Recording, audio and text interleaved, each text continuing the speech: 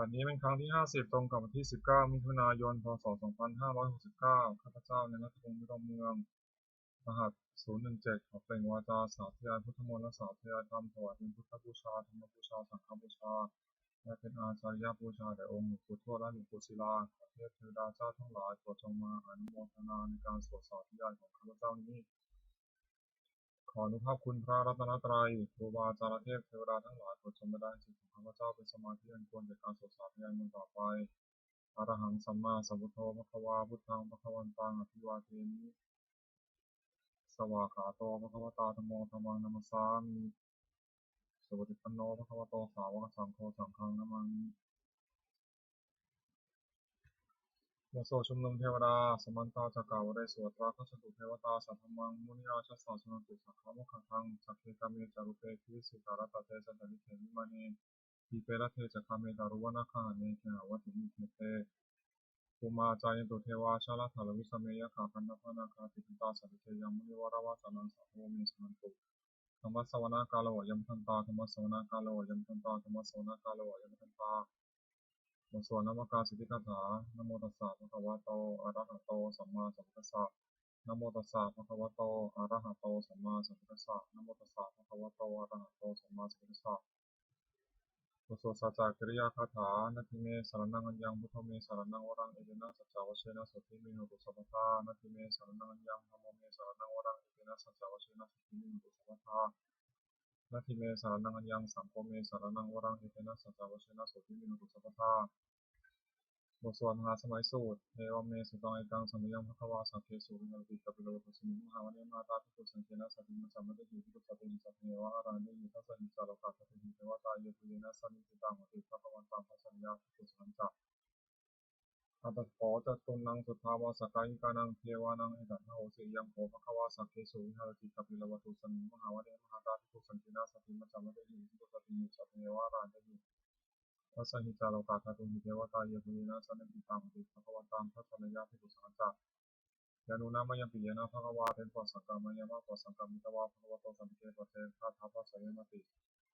อัตโขตาเทวตาสายทัพพินามาพลวาปุริโสสัมมันชิรังวาปะหังภาษาเรียภาษาตังวาปะหังสัมมิชยะเอวะเมวะสุทธาวาเสสุเทเวสุตระหิโตภควโตภควโตปะตุหังสุอัตโขตาเทวตาภควันตังอภิวาเทตวายกัมมันตังอัตถังสุเวกัมมันตังพิตาโขเอตาเทวตาภควโตสันติมหาทังอภัสสิมหาสมโยปวารสุเทวกายาสมัตตาคัตวันิมาธรรมสิยังตายวังปราสตังสังฆิอัตโขปราเทวตาภควโตสันติมังคังอภัสสิตตาภควสมาทังสุจิตังอัตโนชุกัมมังสุสายเทวานิตัยคาหิตวานิทิยานิอัตถิพิตาติอัตโขปราเทวตาภควโตสันติมังคังอภัสสิเชตวะกีรังเชตวะปริทังทักิรังวหะสมิเมชาเตจันติสุขาวิมลาสัมตาสุขันตาสุขีนาทัติอัตโขปราเทวตาภควโตสันติมังคังอภัสสิเยเยจิตังสานังคตาเสนเตธมิสัตติอภายะภูมิปัญญามนุสังเหียนเทวกายังปริปุระสันติติอัตโขภควาภิกขุมันเตสียพุยนาทิเวทัสสะสุโลกาทัสสุเทวตาสันนิปิตังหติภาคตังทัสสัญญาภิกขุสังจักเอวิเตภิกขุเวสุอภิตัมมัทนังอรหันโตสัมมาสัมพุทธาเตสัพพิภควันตานังเอตัมปรมาเยวะเทวตาสันนิปิตาเอสุสัยทัพพิเนหตาระหิเยปิเตภิกขุเวพุสันติอนาคตัมมัทนังอรหันโตสัมมาสัมพุทธาเตสัพพิภควันตานังเอตัมปรมาเยวะเทวตาสันนิปิตาภวิสันติสัยทัพพิเนหตาระหิอธิปิสัมมิภิกขุเวเทวะไกรนังนามานิจิตตายิสัมมิภิกขุเวเทวะไกรนังนามานิเทสิสัมมิภิกขุเวเทวะไกรนังนามานิตังสุนัตถาสัตุกัมมนัสสิโตทัพพะสิสัมมิติเอวะมะริภิกขุเตภิกขุภควโตปัสสังสมภวายะภวตะสิโลกามนุกัสสามิยะถาภูมาตัสสิตาเยสิตาคิริภาพลังปะยิตตาสมหิตาปุถุสังวาสาลินาวะมหิงสาสัมโนอัฏฐธรรมสาสุขาวิปัสสนามนาวิลาวิปัสสนามนาวิลาภิญโยบัญจตเตยตวาวเนกัปปิลวัตเวตโตอมตะวิสัทธาสาวกเกสัสเนยเตเทวกายาภิกตาเตวิชนะทัพพโวเตจาตปัมมะกรุงสุตวาพุทธศาสนาเตสัพพะตุระหุยนาอามนุสานัสสนังอติเกสตัมมะเตสหัสสังกัสสตริสังเกสหัสสังอมนุสานัมมะสุมะเตเจนะตัมมะเตสัสสะภะวุตาโหมตัจจสัพพังอภิยายาวะวะคิตวานาจตุมาตโตอมติสัทธาสาวกเกสัสเนระเตเทวกายาภิกตาเตวิชนะทัพพโวโยอันติกายิสัมมิทิระหิติโสสัตตสหสาวยะถาภูมากัปปิลวัฏวัยกิมโตทิเตมโตวันนวโตยะสัสสิโรมะธรรมนาภิกขุนังสุริมุนังชาสาหัสสาหิโนตายะฐานะตัมโยอิติ ทิมัตโตชุติมัตโตวานาวันโตยะสัสสิโนมัทธามนาวิกัมปิโกนังสัมมิมนังสาตาคิราติสังหาสายะขานันโตนิโนทิมัตโตชุติมัตโตวานาวันโตยะสัสสิโนมัทธามนาวิกัมปิโกนังสัมมิมนังอิเจเตโสลาสสหัสสายะขานันโตนิโนทิมัตโตชุติมัตโตวานาวันโตยะสัสสิโนมัทธามนาวิกัมปิโกนังสัมมิมนังเวสามิตาปัจจสตายะขานันโตนิโนทิมัตโตชุติมัตโตวานาวันโตยะสัสสิโนมัทธามนาวิกัมปิโกนังสัมมิมนังOm Hiro Rasha Kai Ko Ebo San Ye Sanang Biyo Nang Sata San San Ye Sanang Biyo Basri Om Hiro Rasha Kai Ko Soba Kas Biyo Nang Uriman Jati Sang Rasha Sata Tho Sasri Kan Bana Dir Bima Rasha Ya Sati Soba Kita Sapa Om Hiro Nama Hala Nikima To Sudi Mandawa Nama To Ya Sasino Om Hiro Nama Kam Biyo Nang Biyo Nang Akinan Jati Sang Rasha Gun Ho Tapa Sasri Kan Bana Dir Bima Rasha Ya Sati Soba Kita Sapa Om Hiro Nama Hala Nikima To Sudi Mandawa Nama To Ya Sasino Om Hiro Nama Kam Biyo Nang Biyo Nang Machiman Jati Sang Rasha Guru Bakho Sasri Kan Bana Dir Bima Rasha Ya Sati Soba Kita Sapa Om Hiro Nama Hala Nikima To Sudi Mandawa Nama To Ya Sasino Om Hiro Nama Kam Biyo Nang Biyo Nang Utaran Jati Sang Rasha Kuero Tapa Sasri Kan Dir Bima Rasha Ya Sati Soba Kita Sapa Om Hiro Nama Hala Nikima To Sudi Mandawa Nama To Ya Sasino Om Hiro Nama Kam Biyo Nang Biyo Nang Purimati Sang Tara Tho Tikina Guna Ko Pasingina Guru Bakho Kuero Utarang Sang Tara Den Rasha Samanta Toto Sata Kalamana Sivane Kabila Ko Samaya Guna Sa Aku Janita Satami Aku Dan Tuwe Tentu Puja Puja To Sa Satano Kama Se Puja Kini Kami Kami Sa Panato Pamenja Sa Tewa Soto Jama Tadi Cita Sema Sakanta Kona Rasha Sunu Ko Aku Kutsi Kotewa Tinta Korea Wata Sa Eke Tenja Rasano Kata Sa Sunu Kama Kamu Kona Semunang Aku Nama Sana Kawe Sara Sahata Sakakan Kama Sana Aku Maya Kasa Yaki Yamuna Hatala Tasa Aku Nakaya Sasino Ramano Mana Koso Kasimuna Yena Karashe Saha Sahana Dekima Pisha Baki Sukusa Ko Haya Satewa Nama Sabata Tita Supanani Sana Mana Hanya Data Nakasana Masi Supana to Kiham Kasi to San Hai Wasa Hi Pang Haya Kana Supana San Ham Kam Sita Washira Hatena Samutang Sura Sita Tarawa Sawa Sete Hindoya Sasino Kalakan Sama Sama Sura Kalakan Sawa Bati Suti Sama Haratonum Kisa Hasara Tapi Butana Kiro Namaka Sana Hitora Paling Senang Rahu Hatta Mupa Kamung Samayotani Pante Punang Salingonang Apo te Hewa Patavi Jate Shawayo the Takamuruna Uruna Hewa Somo the Hita Sahamita Kuruna Kaika Kudiwaya Sasino Sete Sakaya Satina Tamino Intimato Shimato Wanawato Sasino Matavana become Kunan Simonang Ventu the Hewa Sahita Asama the Tuyama Dan Sovan Sativa the Kuta Surya Sovan Sativa Suryama Kuburakitana Katani Burakiwa Kumatawala Haka Sunama Sosa Sete Sakaya Satina Tonino Intimato Shimato Wanawato Sasino Matavana become Kunan Simonang Tapu Savu Teva Sharama Kisitariwa Antakajaro Sajavuma Pupani Kasino Maruna Sanatamata Chita Ganesha Surya Indira Kuwa Kuwa Chavani Sino Tasete Tasakaya Satina Toino Idima Toshi Matawana Doi Satino Tamana Kam Puran Simanang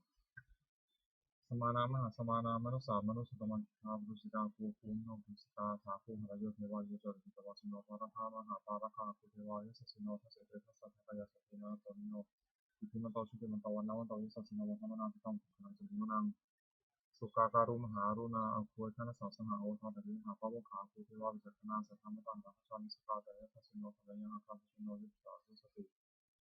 Sete Tasakaya Satina Tonio Jimatoshi Matawana Doi Sasino Matamana Vikam Bukon Simonang Tenia Tusidayama Katakata Yasasino Sampitaka Lama Seta Suditamacha Asawani Naratino Akuataku Baranimita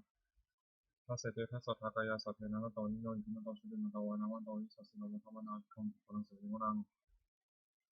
Sapete Tevanikaya Sapena Tonino Namanwan Yena Akan Chumye Janye Sarisa Saha Pauta Sajani Kiran Upadina Manasa Wangka Katarang Nakam Satangwa Sajitang Suprama Paramato Saputai Himuro Sasanang Kumaro Sasa Sovakas Minunang Sasa Pramalo Kanang Matama Pirati Pagano Sudimata Pasamakayo Sasi Sawaka Setan Sera Apu Pasika Wasawa Tinore Sansam Chiru Aka Hare Padarito Teta Sapya Vite Sinhebe Sapamate Marasina Vigami Pasakana Samapia Hitakana Chapaka Kinan Mutuo Samanta Parevare Tama Womita Kotina Hidri Tama Senokan Yatina Pesi Panina Talamata Sabanga Tawana Hiramang Tapo Komiko Panele Koso Support Taso Tavati Sapo Teta Sapang Nia Wawa Kitawana Sakuma Tatoa Misa Asa Pesa Senate Marasina Tenta Tusana Tapo เตจาตบมักกรุงสุตวาพุทธศาสนาวิตาราคีปะกมุนิสามมุติสุตเทวิชิตาสังฆามาวิยติกายสัสสินามุติสังตุเตหิสาวกาเตชเนสุตติ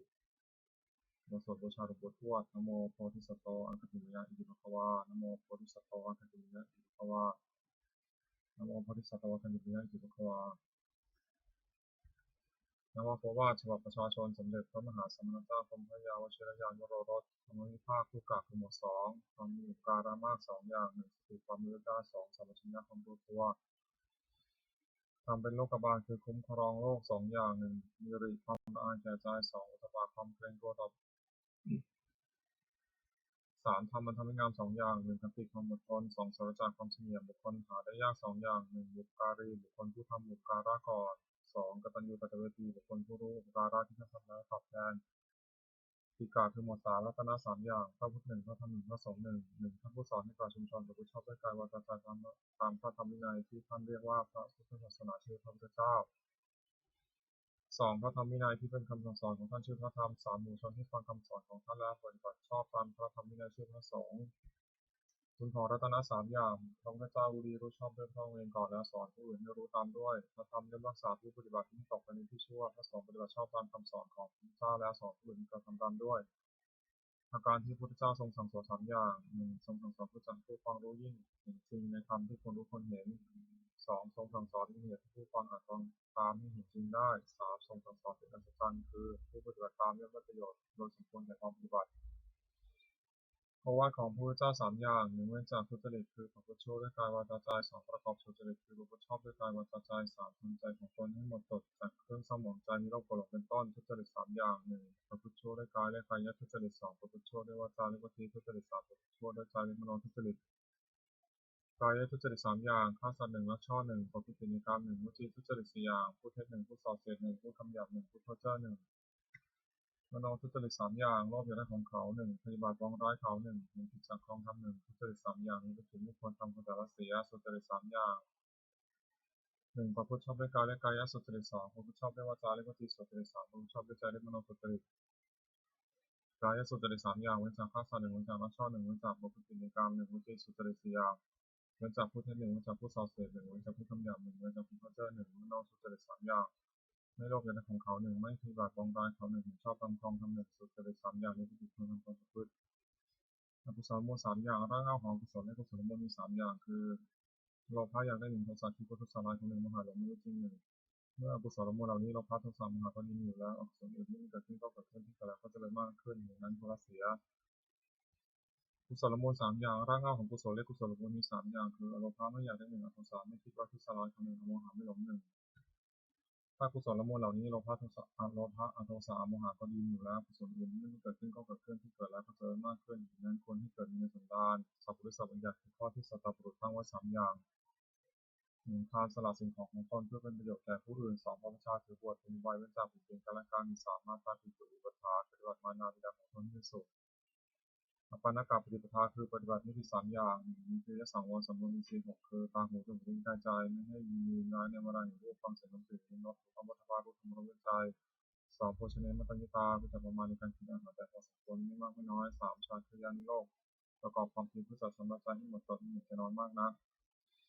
บุญกริยาวัตถุสามอย่างสิ่งเป็นที่ตั้งแห่งการบำเพ็ญบุญเรียกบุญกริยาวัตถุโดยย่อมีสามอย่างทำไมกุศลด้วยการบริจาคทานสองศีลไมกุศลด้วยการสัตย์ศีลสามภาวนาไมกุศลด้วยการเจริญภาวนาสามมัญลักษณะสามอย่างลักษณะที่เสมอกันแก่สังขารภูเลขสามมัญลักษณะไตรลักษณ์เขาเรียกแต่สามอย่างหนึ่งอนิจจตาความของไม่เที่ยงสองทุกขตาความทุกข์สามอนัตตาความของไม่ใช่ตนจตุกะขมวดสี่วุฒิคือความมีเครื่องเจริญสี่อย่างหนึ่งสัพพิสังเสวะพบท่านผู้ประพฤติชอบด้วยกายวาจาใจที่เรียกว่าสัตตบุรุษสอง สัทธรรมสวนาฟังคำสอนของท่านโดยเคารพสามโยนิโสมนสิการถูกต้องให้รู้จักสิ่งดีหรือชั่วโดยระบายชอบสี่ธรรมานุธรรมะปฏิปติประพฤติธรรมสมควรแก่ธรรมซึ่งได้ตรองเห็นแล้วจากสี่หนึ่งปฏิรูปาเทศาวาสะอยู่ในประเทศอันสมควรสองสัพพุริสุปัสยาครบสัตบุรุษสามอัตตสมาเป็นที่ตั้งตนไม่ชอบสี่ปุเพกตาปุญญาตาขอเป็นผู้ได้ทำความดีไว้ในปางก่อนทำสี่อย่างนี้อยู่แล้วลดนำไปสู่ความเจริญอากาศสี่นำเองเพราะรักให้การได้ฉันทานได้สองนำเองเพราะไม่ชอบการเล่นโทสะสี่สามนำเองเพราะเขาเล่นโมหะคติสี่นำเองเพราะโกและพยาคติ ปกติสี่ประการนี้ไม่ควรประพฤติอันตรายของภิกษุสามเณรผู้บวชใหม่สี่อย่างหนึ่งอดทนต่อคำสอนไม่ได้คือเบื่อต่อคำสั่งสอนที่เกียจทำตามสองเป็นคนเห็นแก่ปากแก่ท้องทนความอดอยากไม่ได้สามเพลิดเพลินในกรรมคุณพยายามอยากได้สุขยิ่งขึ้นไปสี่รักผู้หญิงภิกษุสามเณรผู้หวังความเจริญแก่ตนควรระวังอย่าให้อันตรายสี่อย่างนี้มีได้ประธานคือความเพียรสี่อย่างหนึ่งสังวรประธานคือรองไม่ให้บาปเกิดขึ้นในสันดานสองปหานประธานคือละบาปที่เกิดขึ้นแล้วสามภาวนาประธานเพียรให้กุศลเกิดขึ้นในสันดานสี่อนุรักษนาประธาน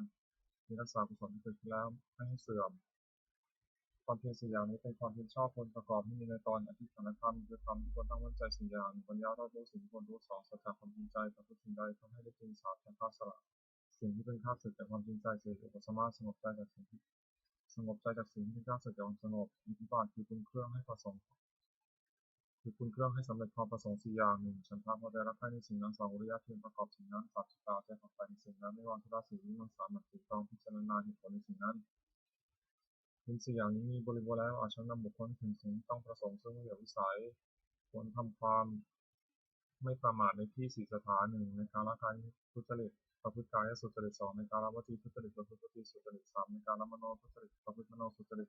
สี่ในการละความเห็นผิดทำความเห็นไม่ถูกอีกอย่างหนึ่งระวังใจไม่ให้กำหนัดในอารมณ์เป็นที่ตั้งแห่งความกำหนัดสองระวังใจไม่ให้ขัดเคืองในอารมณ์เป็นที่ตั้งแห่งความขัดเคือ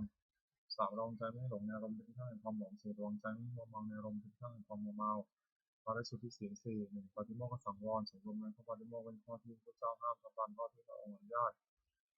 สองอินทรียสังวรสำรวมศีลหกคือตาหูจมูกลิ้นกายใจไม่ให้ยืนร้ายในเวลาเห็นรูปฟังเสียงดมกลิ่นลิ้มรสถูกต้องโพธิภารู้ธรรมารมณ์ด้วยใจสามอาชีวะปาริสุทธิเรื่องชีวิตโดยความชอบไม่หลงลวงเขาเรื่องชีวิตสี่ปัจจัยปัจจัยเวทขนาดพิจารณาสิ่งก่อนจึงบริโภคปัจจัยสี่คือจีวรมิถบาทเจนะสนะและบริษัทไม่บริโภคด้วยตัณหาสาระกรรมฐานสี่หนึ่งพุทธานุสติและถึงคุณพระพุทธเจ้าที่มีในพระองค์และทรงเกื้อกูลแด่ผู้อื่นสองเมตตาแผ่ในปริจิตที่จะให้สัตว์ทั้งปวงประสบทั่วหน้าสามอสุภะพิจารณาร่างกายตนและผู้อื่นให้เห็นเป็นไม่งามสี่หมอนันสติไม่ถึงความตายจะมีแต่ตนกรรมฐานสี่อย่างนี้ควรเจริญเป็นนิจพรหมวิหารสี่หนึ่งเมตตาความรักใคร่ปรารถนาจะให้สุขสองกรุณาความสงสารที่จะช่วยคนทุกข์สามมุตตาความพอยินดีเมื่อผู้อื่นดีสี่เบิกบานความบังเฉยไม่ดีใจไม่เสียใจเมื่อผู้อื่นถึงความวิบัติสี่อย่างนี้เป็นเครื่องอยู่ของผู้ใหญ่สติปัฏฐานสี่หนึ่งกายานุปัสสนาสองเวทนานุปัสสนาสามจิตานุปัสสนาสี่ธรรมานุปัสสนาสติกำหนดพิจารณากายเป็นอารมณ์ว่ากายนี้สามอาการไม่ใช่สัตว์บุคคลเป็นตัวเราเขาเรียกกายานุปัสสนาสติกำหนดพิจารณาเวทนาคือสุขทุกข์และไม่ทุกข์ไม่สุขเป็นอารมณ์ว่าเวทนานี้ก็สักว่าเวทนาไม่ใช่สัตว์บุคคลเป็นตัวเราเขาเรียกเวทนานุปัสสนาสติกำหนดพิจารณาใจที่เศร้าหมองหรือของแท้เป็นอารมณ์ว่าใจนี้สักว่าใจไม่ใช่สัตว์บุคคลตัวเราเขาเรียกจิตานุปัสสนาสติกำหนดพิจารณาธรรมที่เป็นกุศลหรือกุศลที่กำเกิดกับกายเป็นอารมณ์ว่าธรรมนี้ก็สักว่าธรรมไม่ใช่สัตว์บุคคลตัวเราเขาเรียกธรรมานุปัสสนา ธาตุกรรมฐานสี่ธาตุสี่คือธาตุดินเรียกปฐวีธาตุธาตุน้ำเรียกอัปปธาตุธาตุไฟเรียกเตโชธาตุธาตุลมเรียกวายโยธาตุธาตุอันใดมีลักษณะแข็งแข็งธาตุนั้นเป็นปฐวีธาตุปฐวีธาตุนั้นเป็นภายในคือผมขนเล็บฟันหนังเนื้อกระดูกเยื่อในกระดูกม้ามหัวใจตับพังผืดไตปอดไส้ใหญ่ไส้น้อยอาหารใหม่อาหารเก่าธาตุนั้นมีลักษณะเอิบอาบธาตุนั้นเป็นอัปปธาตุอัปปธาตุนั้นเป็นภายในคือดีเซลหนองเลือดเหนียวมันก้อนน้ำตาไขมันน้ำลายน้ำมูกไขข้อมูด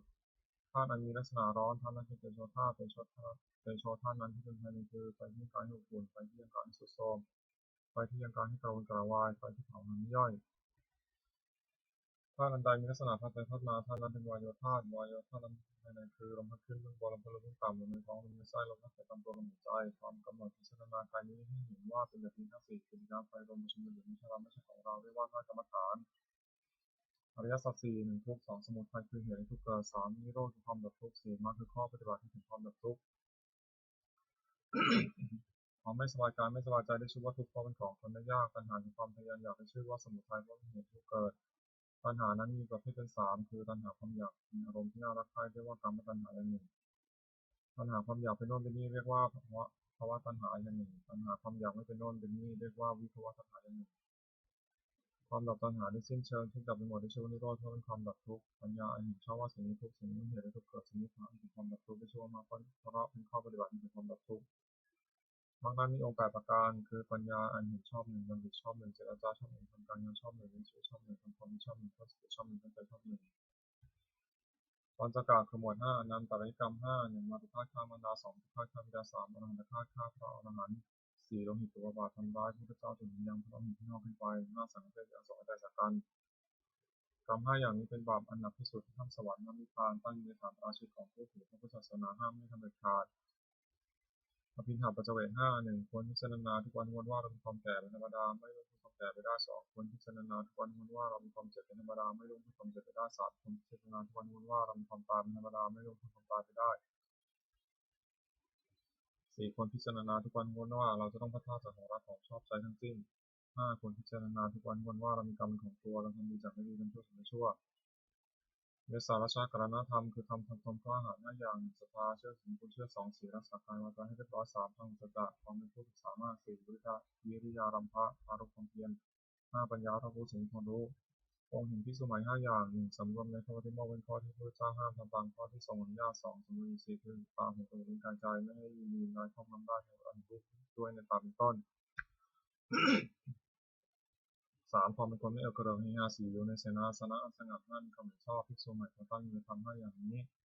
องค์แห่งธรรมกถึกคือในเทศ5อย่าง1แสดงธรรมไปโดยลำดับไม่สามารถให้ขาดความ2อ้างเหตุผลแนะนำให้ผู้ฟังเข้าใจ3ตั้งจิตเมตตาปรารถนาให้เป็นประโยชน์แก่ผู้ฟัง4ไม่แสดงธรรมให้เห็นแก่ลาภ5ไม่แสดงธรรมกระทบตนและผู้อื่นคือว่าไม่ยกตนเสียดสีผู้อื่นภิกษุผู้ได้ธรรมกถึกพึงตั้งองค์5อย่างนี้เป็นตน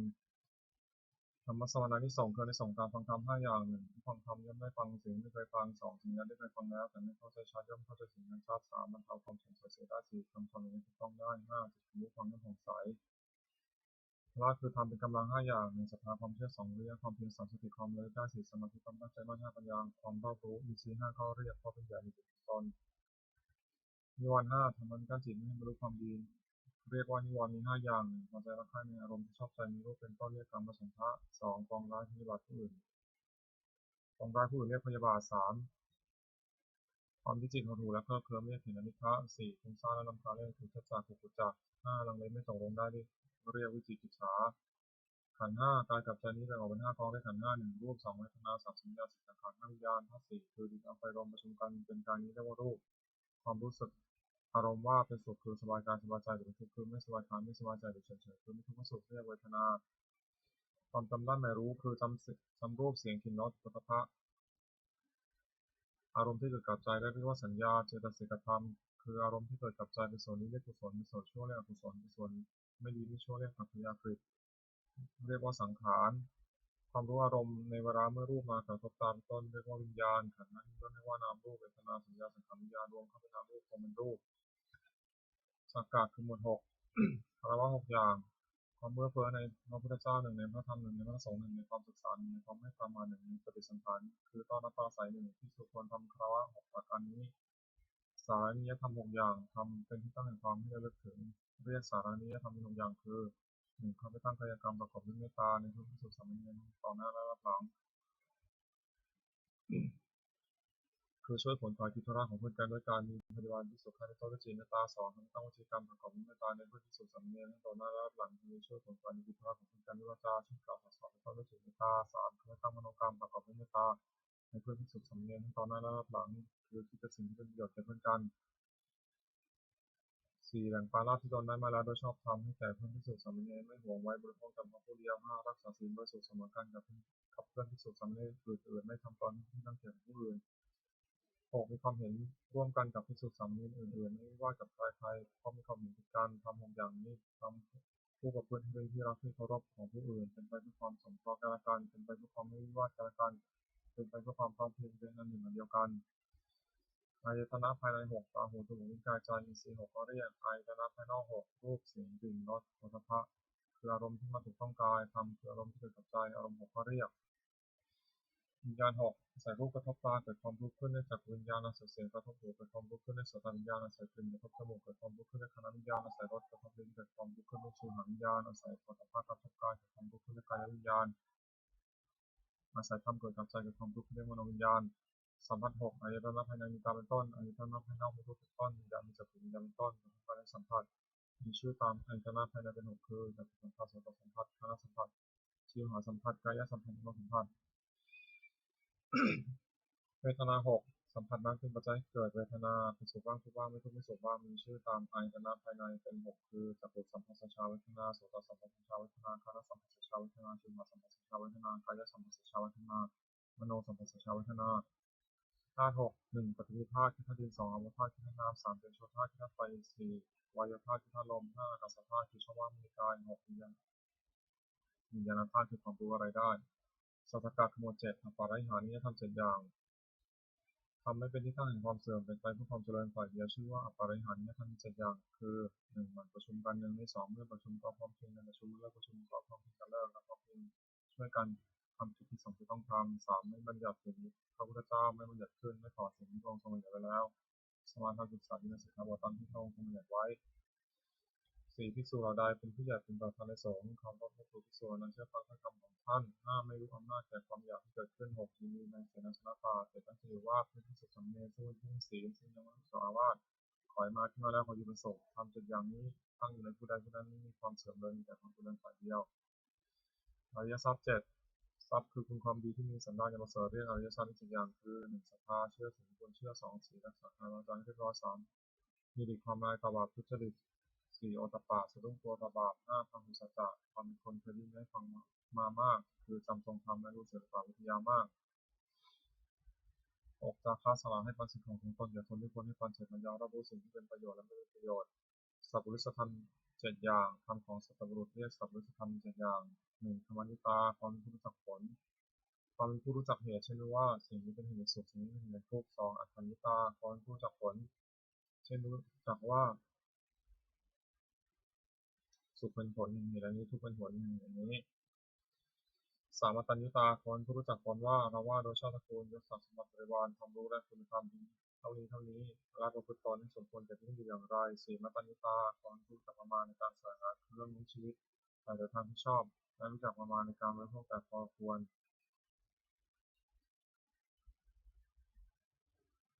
ห้าการัญญุตาคนผู้รู้จักการเวลาสมควรในอันประกอบผิดนั้นหกปริสัญญุตาคนผู้รู้จักประชุมชนและกิริยาที่ต้องประพฤติต่อประชุมชนนั้นว่าหมู่นี้เมื่อเข้าไปหาจะต้องทำกิริยาอย่างนี้ต้องพูดอย่างนี้เป็นต้น เจ็ดบุคลปรปรัญญุตาคนผู้รู้จักด้วยบุคคลว่าผู้นี้เป็นคนดีคนพบผู้นี้เป็นคนไม่ดีไม่ควรพบเป็นต้นสัพพุริสธรรมอีกเจ็ดอย่างหนึ่งสัตบุรุษประกอบด้วยทำเจ็ดประการคือมีศรัทธามีทำลายต่อบาปมีความกลัวต่อบาปเป็นคนที่ได้ฟังมากเป็นคนมีความเพียรเป็นคนมีสติมั่นคงมีความมีปัญญาสองจะปรึกษาสิ่งใดกับใครๆก็ไม่ปรึกษาเพื่อจะบีบเบียนตนและผู้อื่นสามจะคิดสิ่งใดก็ไม่คิดเพื่อบีบเบียนตนและผู้อื่นสี่จะพูดสิ่งใดก็ไม่พูดเพื่อจะบีบเบียนตนและผู้อื่นห้าจะทำสิ่งใดก็ไม่ทำเพื่อจะบีบเบียนตนและผู้อื่นหกมีความชอบมีเห็นว่าทำนี้ดีเป็นช่วยเป็นต้นเจ็ด ให้ทานโดยเคารพคือเอื้อเฟื้อแก่ของที่เขาให้และผู้รับทานนั้นไม่ทำอาการที่เสียโพชฌงค์เจ็ดหนึ่งสติความเลิกได้สองธรรมวิจยะความสอบสองธรรมสามวิริยะความเพียรสี่วิธีความหยุดใจห้าปัสสติความสงบใจและอารมณ์หกสมาธิความตั้งใจมั่นเจตอุเบกขาความวางเฉยเรียกตามประเภทว่าสติสัมโพชฌงค์ไปโดยลำดับจนถึงอุเบกขาสัมโพชฌงค์อัตถกาคือหมวดแปดโลกธรรมแปดทำที่ครอบงำสัตว์โลกอยู่และสัตว์โลกย่อมเป็นไปตามธรรมนั้นเรียกว่าโลกธรรมโลกธรรมนั้นมีแปดอย่าง คือมีลาภหนึ่งมีลาภหนึ่งมียศหนึ่งมียศหนึ่งมีพาหนึ่งสรรเสริญหนึ่งสุขหนึ่งทุกข์หนึ่งในโลกธรรมแปดประการนี้อย่างใดมันเกิดขึ้นควรพิจารณาว่าสิ่งนี้เกิดขึ้นแก่เราแล้วก็แต่ว่ามันไม่เที่ยงเป็นทุกข์มีความแปรปรวนเป็นธรรมดาควรรู้ตามที่เป็นจริงอย่าให้มันครอบงำจิตได้คืออย่ายินดีในส่วนที่ปรารถนาอย่ายินร้ายในส่วนที่ไม่ปรารถนา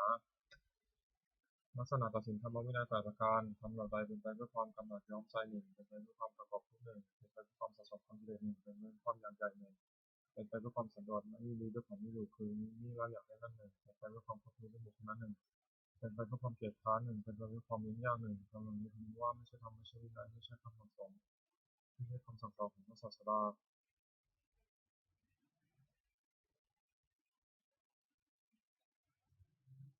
ทำเราใดเป็นไปเพื่อความคลายกำหนัดหนึ่งเป็นไปเพื่อความปราศจากทุกหนึ่งเป็นไปเพื่อความไม่สะสมกองกิเลสหนึ่งเป็นไปเพื่อความอย่างน้อยหนึ่งเป็นไปเพื่อความสันโดษยินดีด้วยของไม่อยู่หนึ่งเป็นไปเพื่อความสงัดจากโมหนึ่งเป็นไปเพื่อความเพียรหนึ่งเป็นไปเพื่อความเลี้ยงง่ายหนึ่งคำเหล่านี้พึงรู้ว่าเป็นธรรมเป็นวินัยเป็นคำสั่งสอนของพระศาสดามรรคมีองค์แปดหนึ่งสมาธิสี่ปัญญาเห็นชอบคือเห็นอริยสัจสี่สองสัมมาสังกัปปะโดยชอบคือดำริจะออกจากกามหนึ่งดำริในอันไม่พยาบาทหนึ่งดำริในอันไม่หยุดเย็นหนึ่งสามสัมมาวาจาเจรจาชอบคือเว้นจากวจีทุจริตสี่สัมมากัมมันตะทำการงานชอบคือเว้นจากกายและทุจริตสามห้าสัมมาชีวะเลี้ยงชีวิตชอบ คือเว้นจากความเลี้ยงชีวิตโดยทางที่ผิด6สัมมาวายามะเพียรชอบคือเพียรในที่4สถาน7สัมมาสติระลึกชอบคือระลึกในสติปัฏฐานทั้ง4 8สัมมาสมาธิตั้งใจไว้ชอบคือเจริญฌานทั้ง4ในองค์มรรคทั้ง8นั้นเห็นชอบดำริชอบสงเคราะห์เข้าในปัญญาสิกขาวาจาชอบการงานชอบเลี้ยงชีพชอบสงเคราะห์เข้าในศีลสิกขาเพียรชอบเลิกชอบตั้งใจไว้ชอบสงเคราะห์เข้าในจิตสิกขานวากาขมวด9มาลาขมวดถึง9อย่างโกรธ1ลบหลู่บุญคุณท่าน1วิษยา1ตนี1มายา1มโห1ผู้คน1มีความปรารถนาละมุ่ง1มีจิต1วัสกาขมวด10อกุศลกรรมหมวด10จัดเป็นกายกรรมคือทำด้วยกาย3อย่าง1ปาณาติบาตทำชีวิตสัตว์ให้ตกล่วงคือฆ่าสัตว์2อธินาทานเถือสิ่งของที่เจ้าของไม่ได้ให้ด้วยการ1ขโมย3การมีชู้ฉาจารประพฤติผิดในกามจัดเป็นวจีกรรมคือทำด้วยวาจา4อย่าง4มุสาวาทพูดเท็จ5ผิดวินัยวาจาพูดส่อเสียด6ปรุษาวาตาพูดคำหยาบ7สัพพะปาราปะพูดเพ้อเจ้อจัดเป็นมโนกรรมคือทำด้วยใจ3อย่าง8อภิชฌาโลภอยากได้ของเขา9พยาบาทปองร้ายเขา10มิจฉาทิฏฐิผิดจากทองธรรมกรรม10อย่างนี้เป็นทางบาปดำเนินกุศลกรรมบท10จัดเป็นกายกรรม3อย่าง1ปาณาติปาตาเวรมณีเว้นจากทำชีวิตสัตว์ให้ตกล่วง2อธินาทนาเวรมณีเว้นจากเพื่อสิ่งของที่เจ้าของไม่ได้ให้ด้วยการขโมย3การมีชู้ฉาจาราเวรมณีเว้นจากประพฤติผิดในกรรมจัดเป็นวิธีกรรมคือทำด้วยวาจา4อย่าง4มุสาวาทาเวรมณีเว้นจากพูดเท็จ5ภิกษุนายะวาจายะเวรมณีเว้นจากพูดส่อเสียด6พรุสายะวาจายะเวรมณีเว้นจากพูดคำหยาบ7สัมภปราปาเวรมณีเว้นจากพูดเพ้อเจ้อจัดเป็นมโนกรรมคือทำด้วยใจ3อย่าง8อนัตติชาไม่โลภอยากได้ของเขา9อภัยบาทไม่มีบาปหลงรักเขา10สมาธิผิดชอบตามคองธรรมกรรม10อย่างนี้เป็นธรรมเป็นดำเนินบุญกิริยาวัตถุ10อย่าง1ทานามัยมุสลิมกรรมบริจาคทาน2ศีลไมัยมุสลิมด้วยการรักษาศีล3ภาวนาไมยบุญสำเร็จด้วยการเจริญภาวนา4อปัจจยนามัยบุญสำเร็จด้วยการถ่อมตนแก่ผู้ใหญ่5วยาวัจจะไมยบุญสำเร็จด้วยการช่วยคนขายในกิจที่ชอบ6ปฏิภาณามัยบุญสำเร็จด้วยการให้ส่วนบุญ7ปัตตานุโมทนาไมยบุญสำเร็จด้วยการอนุโมทนาส่วนบุญ8ธรรมสวนาบุญสำเร็จด้วยการฟังธรรม9ธรรมะเทศนาไมยบุญสำเร็จด้วยการแสดงธรรม10กิจกรรมการทำความเห็นตรง ทำที่บำชิดความพิจารณาเนืองๆ10อย่าง1บำชิดความพิจารณาเนืองๆเนืองว่าบัดนี้เรามีเพศต่างจากพฤหัสแล้วอาการกิริยาใดๆของสมณะเราต้องทำการกิริยานั้นๆ2บำชิดความพิจารณาเนืองๆว่าความเลี้ยงชีพของเราเนื่องด้วยผู้อื่นเราควรทำตัวให้เขาเลี้ยงง่าย3บำชิดความพิจารณาเนืองๆว่าการวาจาอย่างอื่นที่เราจะต้องทำให้ดีขึ้นไปกว่านี้ยังมีอีกไม่ใช่เท่านี้4บำชิดความพิจารณาเนืองๆว่าตัวของเราเองถือเป็นตัวของเราเองโดยศีลได้หรือไม่5บำชิดความพิจารณาเนืองๆว่าผู้ให้คุณแล้วถือเป็นเราโดยศีลได้หรือไม่ 6บรรพชิตคนพิจารณาเนืองๆว่าเราจะต้องพัดพรากจากของรักของชอบใจทั้งนั้น7บรรพชิตคนพิจารณาเนืองๆว่าเรามีกรรมของตัวเราทำดีจากได้ดีทำชั่วจากไม่ชั่ว8บรรพชิตคนพิจารณาเนืองๆว่าวันคืนล่วงไปล่วงไปวันนี้เราทำอะไรอยู่9บรรพชิตคนพิจารณาเนืองๆว่าเรายินดีในที่สงัดหรือไม่10บรรพชิตคนพิจารณาเนืองๆว่าคุณพิเศษของเรามีอยู่หรือไม่ที่จะให้เราเป็นผู้ไม่เก้อเขินในเวลาเพื่อนมนุษย์ถามในการภายหลัง นาถาธารธรรมคือทำให้ทุกสิบอย่าง1ศีลรักษากายวาจาให้เรียบร้อย2โพสจากความเป็นผู้ได้สลับจากฟังมาก3กายานุมิตตาความเป็นผู้มีเพื่อนดีงาม4สวัสดิตาความเป็นผู้ว่าง่ายสอนง่าย5กินกรณียสุตตตาความขยันนักใส่ในกิจธุระของเพื่อนที่สุดสำเร็จ6ธรรมะกรรมตาความใคร่ในธรรมที่ชอบ7วิริยะเพียรเพื่อจะละความชั่วประพฤติความดี8สันโดษดีเพื่อขนมผ้าห่มอาหารที่นอนที่นั่งและยาตามที่ทำได้9สติจำการที่ได้ทำและคำที่พูดแล้วไม่นานได้10ปัญญารอบรู้ในกองสังขารตามที่มีอย่างไรคาถาวัตถุคือถ้อยคำที่ควรพูด10อย่าง1อภิชฌคาถาถ้อยคำที่ชักนำให้เกิดให้มีความปรารถนาน้อย2สันตุติคาถาถ้อยคำที่ชักนำให้สันโดษยินดีด้วยปัจจัยการมีกรรมได้3ปวิเวกคาถาถ้อยคำที่ชักนำให้สงัดกายสงัดใจ4อสังสักขคาถาถ้อยคำที่ชักนำให้ละคนด้วยโง่5วิริยารัมภคาถาถ้อยคำที่ชักนำให้ปรารภความเพียร6ศีลคาถาถ้อยคำที่ชักนำให้ตั้งอยู่ในศีล7สมาธิคาถาถ้อยคำที่ชักนำให้ทำใจให้สงบ8ปัญญาคาถาถ้อยคำที่ชักนำให้เกิดปัญญา9วิมุตติญาณ9วิมุตติคาถาถ้อยคำที่ชักนำให้ทำใจให้พ้นจากกิเลส10วิมุตติญาณทัศนคาถาถ้อยคำที่ชักนำให้เกิดความรู้ความเห็นในความที่ใจพ้นจากกิเลสอนุสติคืออารมณ์คนระลึก10ประการ1พุทธานุสติระลึกถึงคุณของพระพุทธเจ้า2ธรรมานุสติระลึกถึงคุณของพระธรรม3สังฆานุสติระลึกถึงคุณของพระสงฆ์ 4ศีลานุสติระลึกถึงศีลของตน5จาคานุสติระลึกถึงทานที่ตนบริจาคและ6เทวตานุสติระลึกถึงคุณที่ทำให้บุคคลเป็นเทวดา7มรณสติระลึกถึงความตายจำนาถึงตน8กายคตาสติระลึกถึงระลึกทั่วไปในกายให้เห็นว่าไม่งามน่าเกลียดโสโครก9อานาปานสติตั้งสติกำหนดลมหายใจเข้าออก10อุปสมานุสติระลึกถึงคุณพระนิพพานซึ่งเป็นที่ระงับกิเลสและกองทุกข์ปกิณกะคือหมวดกิเลสกิเลสคือโทษเครื่องสมอง16อย่าง1อภิชฌาวิสมาโลภะละโมบไม่สม่ำเสมอคือความเพ่งเล็ง2โทสะร้ายกาจ3โกธาโกรธ4อุปาณาหะผูกโกรธไว้5มัคคานุปุคุณท่าน6ปราศาสตร์ที่เสมอคือยกตัวเป็นท่าน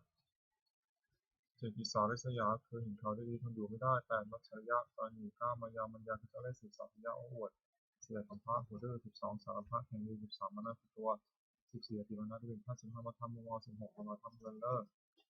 โพธิปักขียธรรม37ประการสติปัฏฐาน4สัมมาประธาน4พระ4สิงหาพระ5ผู้ทรง7มรรคมีองค์8ที่ปฏิบัติจตุกะทำกิเลสคือกรรมเครื่องสมอง4อย่าง1ปาณาติบาตทำชีวิตสัตว์ตกโลก2อธินาทานเกี่ยวกับสิ่งของที่เจ้าของไม่ได้ให้ด้วยกันขโมย3การมีสุวิชาทานพุทธิกรรม4มุสาวาทพูดเท็จกรรม4อย่างนี้นักปราชญ์ไม่สรรเสริญเลย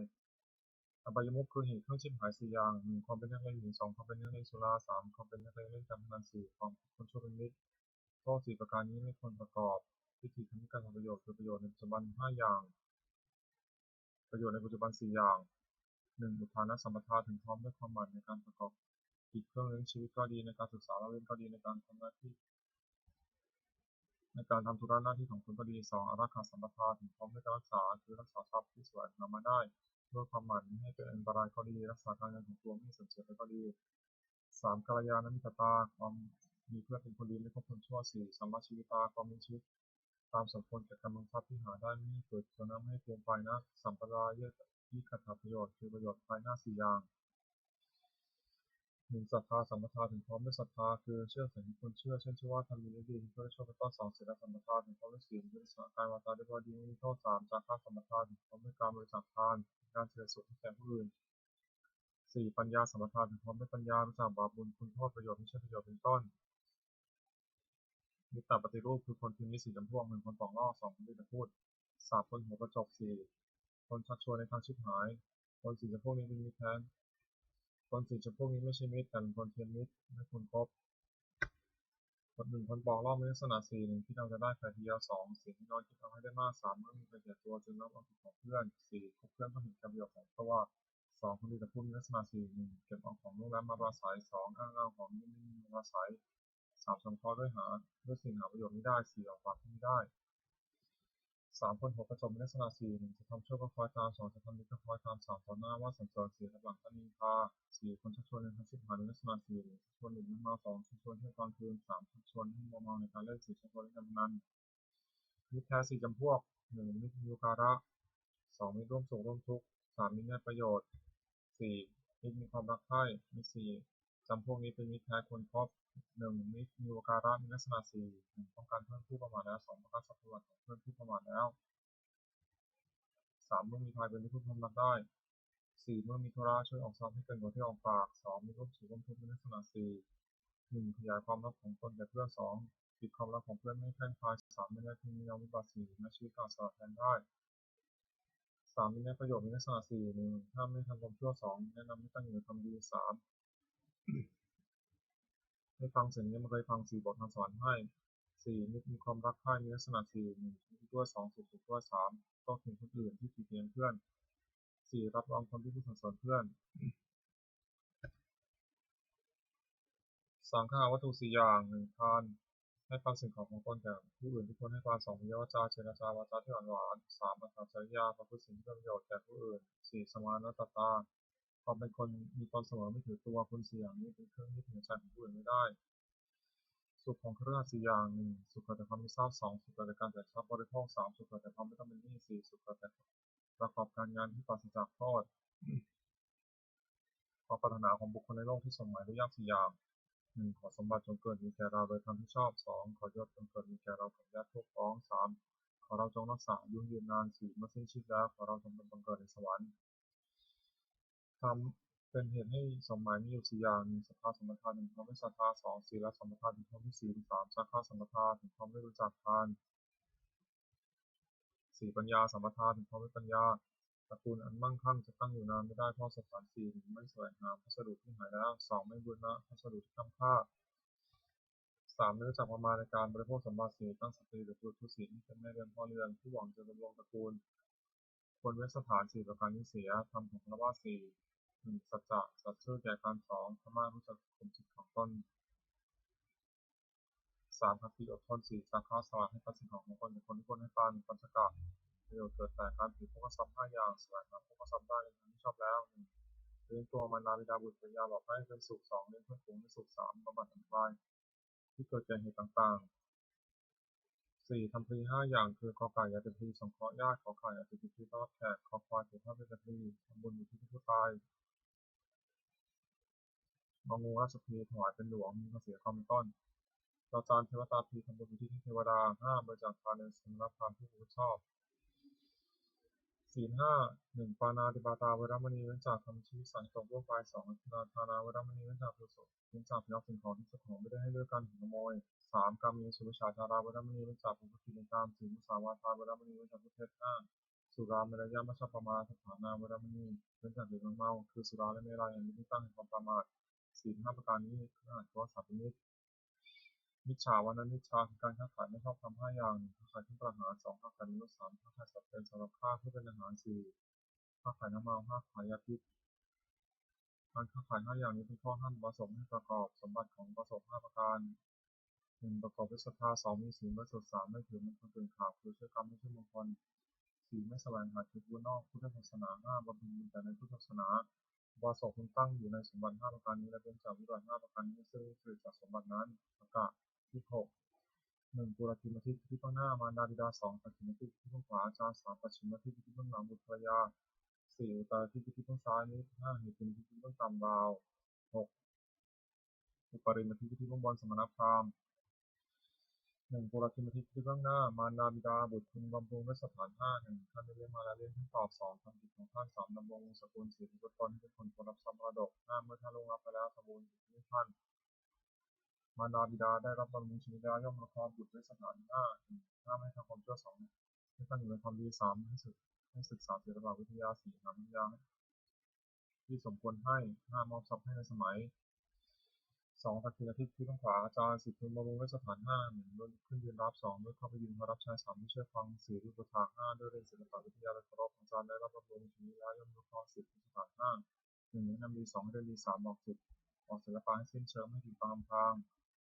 4. ยกย่องให้ปรากฏในเพื่อนฝูง 5. ทำความป้องกันในที่ทั้งหลายคือจะไปทิศทางไหนก็ไม่อดอยาก 3. ปัจฉิมทิศข้างหลังภรรยา สามีพึงบำรุงด้วยสถาน 5.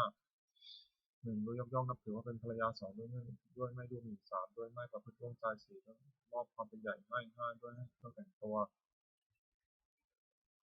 ภรรยาได้รับบำรุงชนิดแล้วย่อมรู้เคราะห์สามีด้วยสถาน 5. 1. จัดการงานดี 2. สงเคราะห์คนข้างเคียงของผัวดี 3. ให้ประพฤติร่วงใจผัว 4. รักษาทรัพย์ที่ผัวหามาได้ไว้ 5. ขยันไม่เกียจคร้านในกิจการทั้งปวง 4. อุตรทิที่เบื้องซ้ายมิตรกุลบุตรพึงบำรุงด้วยสถาน 5. 1. ด้วยให้การ 2. ด้วยเจรจาถ้อยคำไพเราะ 3. ด้วยประพฤติประโยชน์ 4. ด้วยมีความด้วย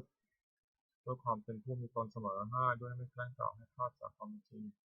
มิตรได้รับบำรุงชนิดแล้วย่อมรู้เคราะห์กุลบุตรด้วยสถาน 5. 1. รักษามิตรผู้ประมาทแล้ว 2. รักษาทรัพย์ของมิตรผู้ประมาทแล้ว 3. ไม่มีใครเอาเป็นที่พึ่งรักได้ 4. ไม่ละทิ้งในยามวิบัติ 5. นับถือตลอดถึงวงของมิตร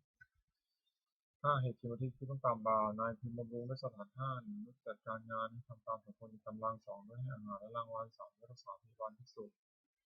ด้วยรักษาพยาบาลในเวลาเจ็บไข้ 4. ด้วยแจกของ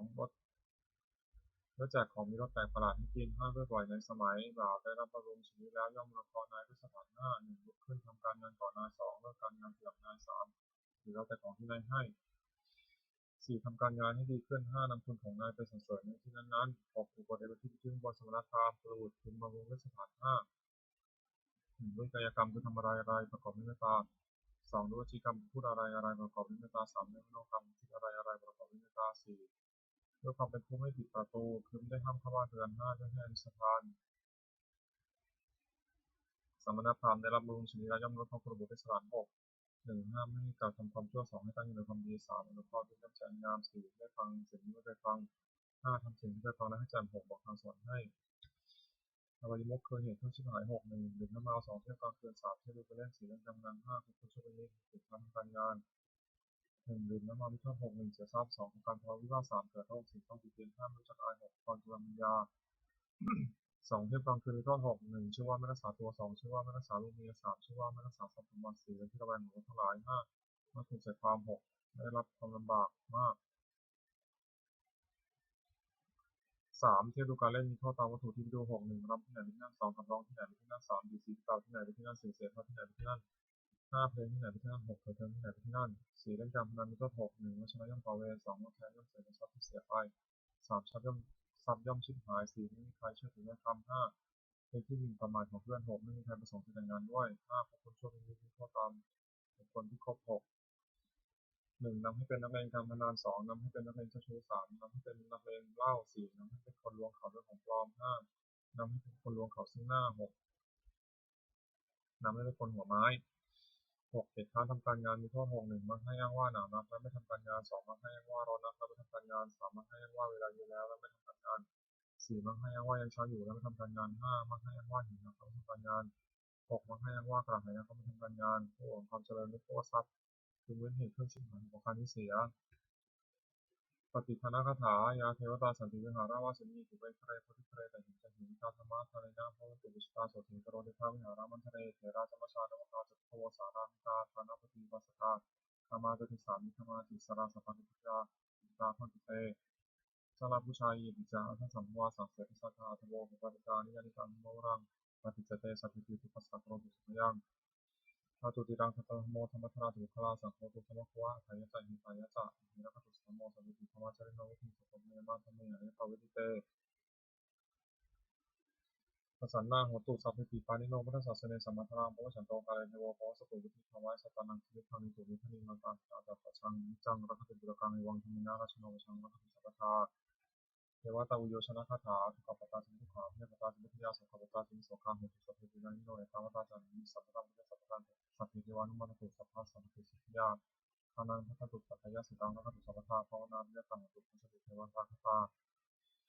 สุมังคลคาถาโหตุสัพพังสุมังครังรักขังสัพเพวตาสัพพุทธังภวนาโสติโยตุนิยันตรังโหตุสัพพังสุมังครังรักขังสัพเพวตาสัพพะมานุภวนาโสติโยตุนิยันตรังโหตุสัพพังสุมังครังรักขังสัพเพวตาสัพพะสังฆานุภวนาโสติโยตุนิยันตรังสัพพิพุทธาพระปตาปัจเจกังเทียมพลังหันตังตาเตชนะนักขังสัพพะโสสัพพิพุทธาพระปตาปัจเจกังเทียมพลังหันตังตาเตชนะนักขังสัพพะโสสัพพิพุทธาพระปตาปัจเจกังเทียมพลังหันตังตาเตชนะนักขังสัพพะโสสัพพิพุทธาพระปตาปัจเจกังเทียมพลังหันตังตาเตชนะนักขังสัพพะโสสัพพิพุทธาพระปตาปัจเจกังเทียมพลัง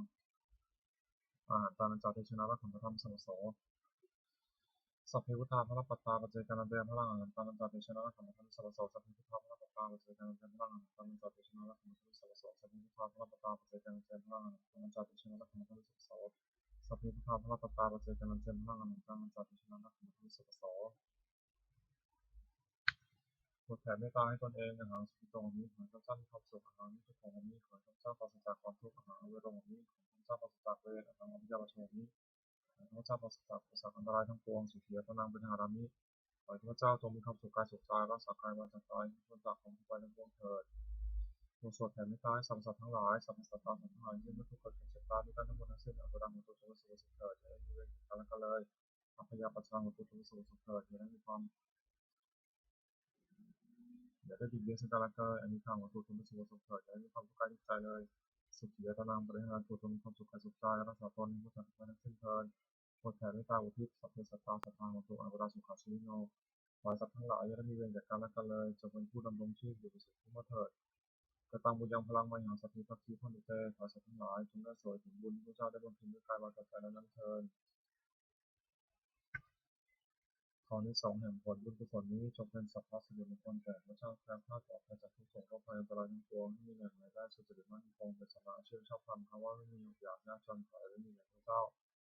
ขอให้พระเจ้ามีสัมมาทิฏฐิตั้งมั่นในพระธรรมคำสอนในองค์สัมมาสัมพุทธเจ้าดำรงอยู่ในความดีงามตลอดกาลนาน